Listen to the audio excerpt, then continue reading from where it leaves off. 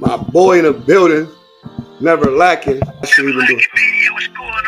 Before we get into it, I did just want to say thank you. If you do like the video, consider subscribing. I know it's super long, so it is Timecodes. You can check it in the description or just slide it on the video. Let's go.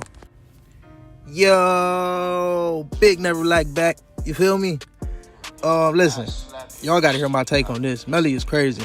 I think Melly might have did this, man. After they just read this paperwork, it seems like everybody at Fredo Bang House knew. That's why right now I'm about to react to the video and I'm about to show you everybody that was at Fredo Bang House that knew, they had to know, and then everybody that started telling. So I rearranged his video to kind of make it more easy to understand what was going on. So we about to start off with Bortlen and Mellys mom at the hospital, and then we're gonna go all the way to them finding the guns.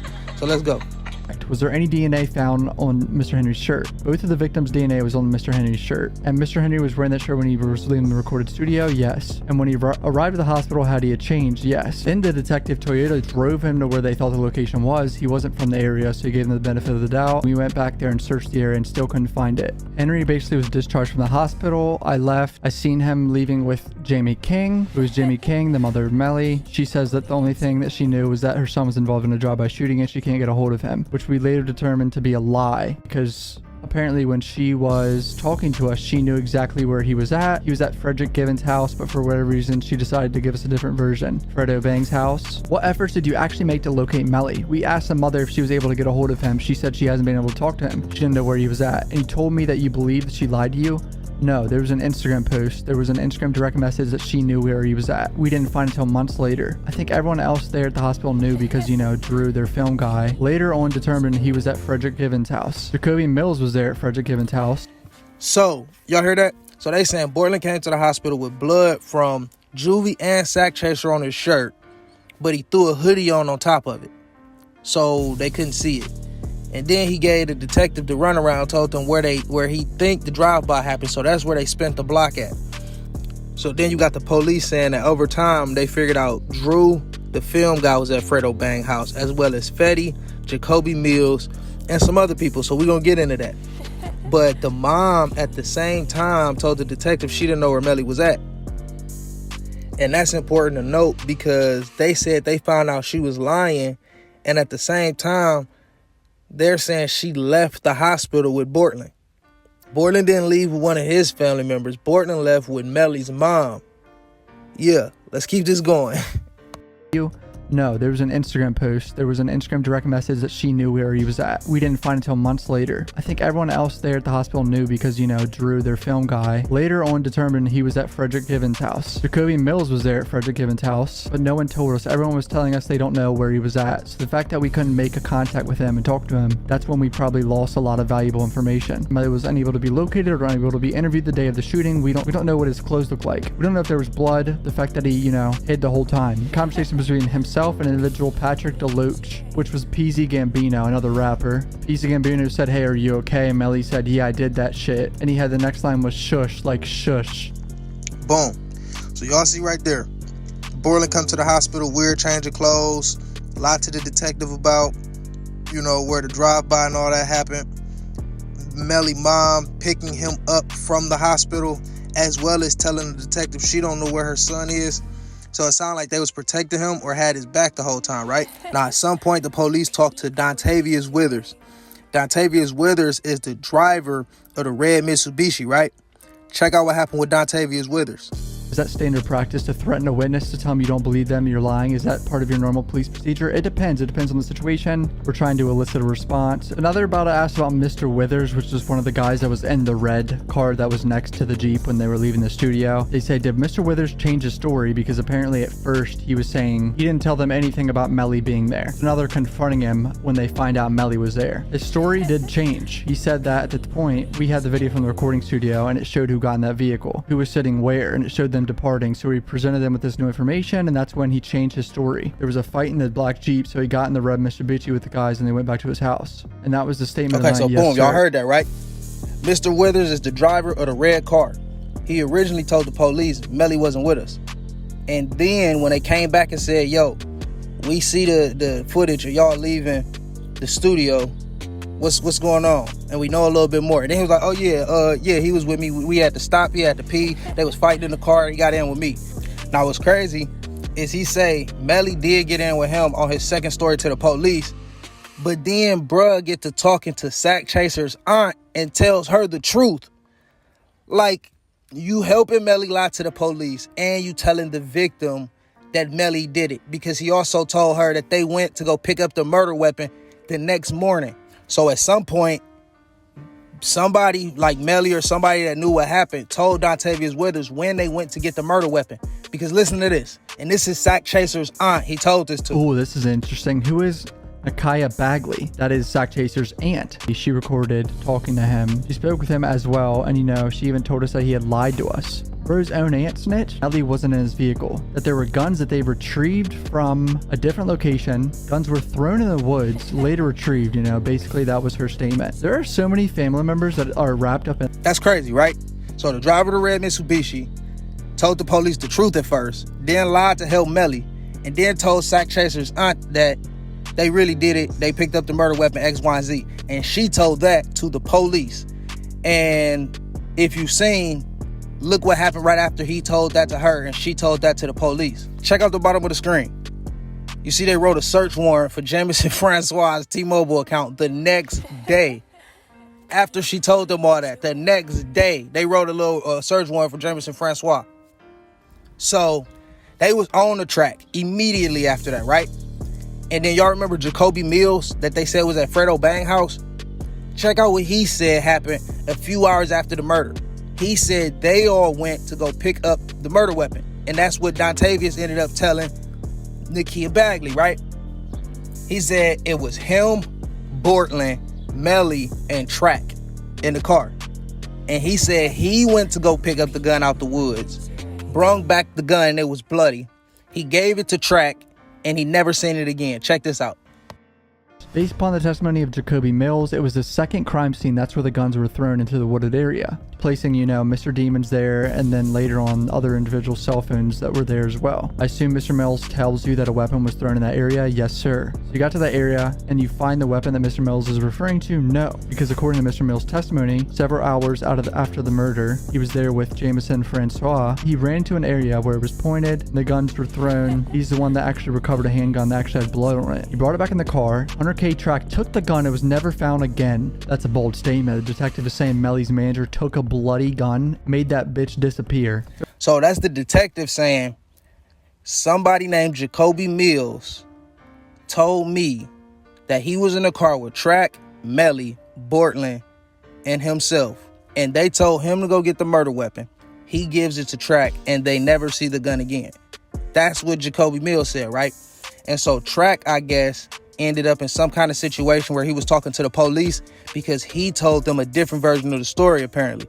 I found a video on Reddit of a dude talking about it, and I'm about to post what they had already said a year ago on Reddit right here. I'm trying to keep the video short, so instead of reading all of this, y'all just pause it. You feel me? I'm about to play the next clip. The next clip is Melly being caught basically lying, or the police thinking that he's lying. And the reason that they believe he's lying is because Jacobi Mills told them a whole different story. Do you recall during an investigation of ever telling a witness that you don't believe them and you could be charged with a crime and end up doing life in prison? I'm sure I have, yes. Okay, do you recall which witness? Jamison Francois, Melly's manager, because later on it came out that, it appeared he had little more involvement than what we initially knew. This man threatened Melly's manager? Holy shit. All right, so I want y'all to keep in mind, Track phone, they put the search warrant out for Track phone on the 18th of January. Melly turned herself in on the 15th of February. And if y'all know, like I know, it take a while for them to get them records back. So let's say it took 2 weeks.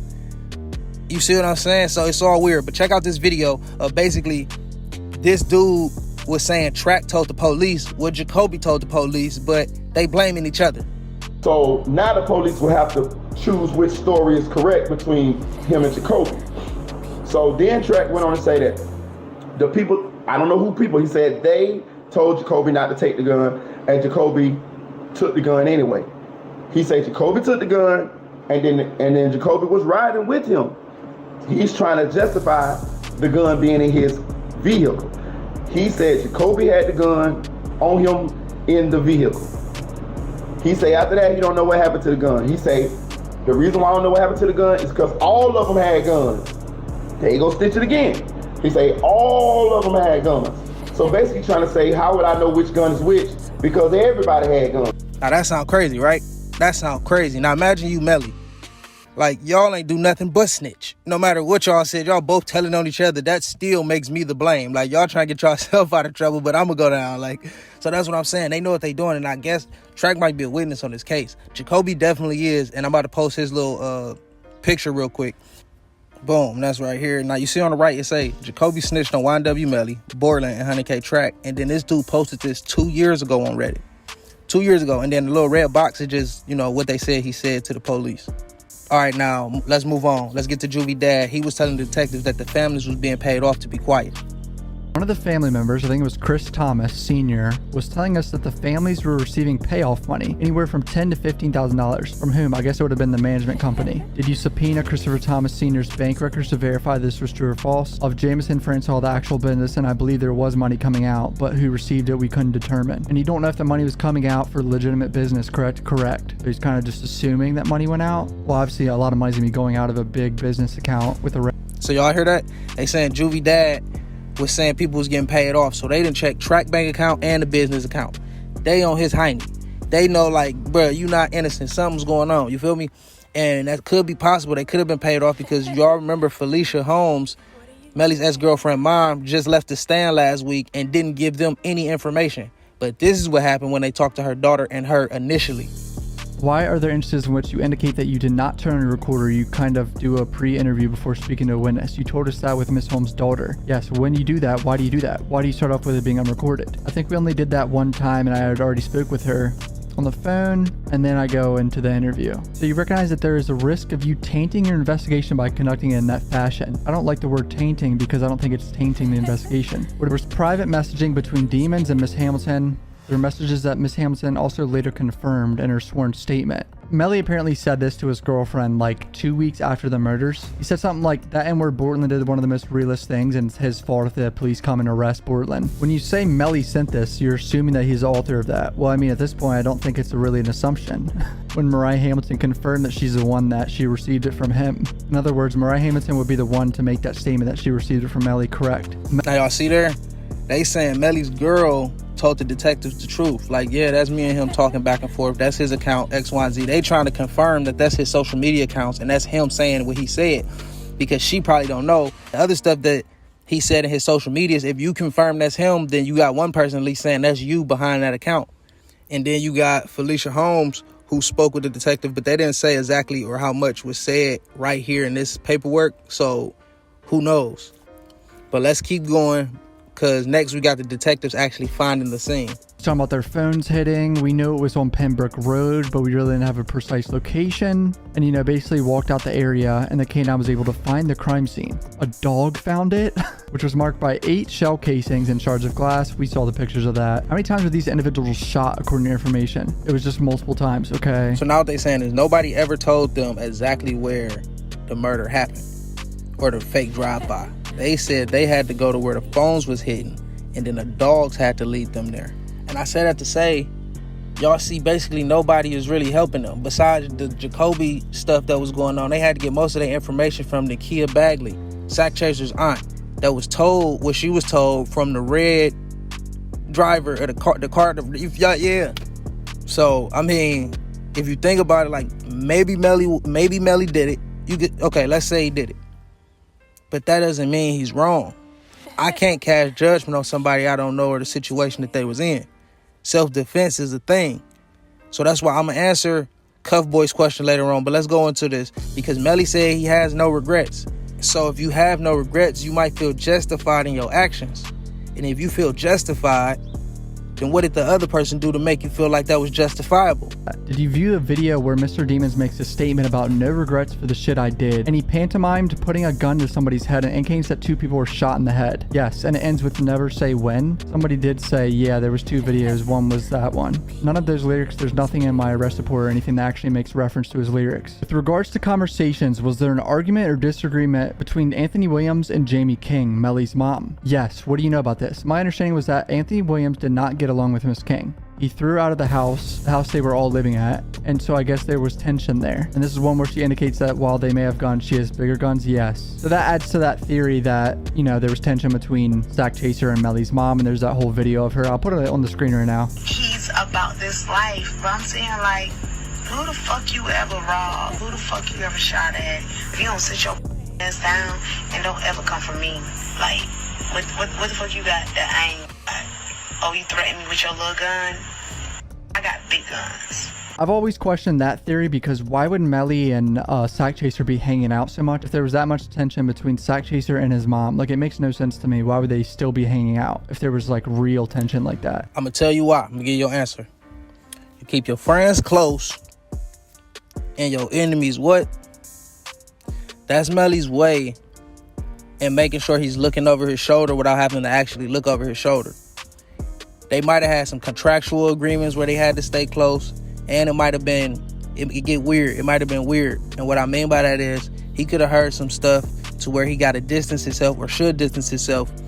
But if he distances himself, he can become a victim. So instead of becoming a victim, let me end the whole thought of you getting me before I can get you. That's how that worked. They're saying that Melly's manager got rid of a bloody gun a few hours after the murders. But obviously they can't prove that because he isn't charged with anything now, 5 years later. And then with that, I don't know, bro. I kind of disagree because I feel like he talking. And I feel like that's the only reason he's not charged is because he's cooperating. And then you got to think about it, like he changed his name. Like he's probably cooperating and didn't want to, you know what I mean? I appreciate everybody for tuning in, especially if y'all got all the way to this part. Can y'all please leave a like and subscribe if you are not? I'm trying to get to 1,000 subscribers. Please, please, please help me. Enjoy the rest of y'all day. I'm out.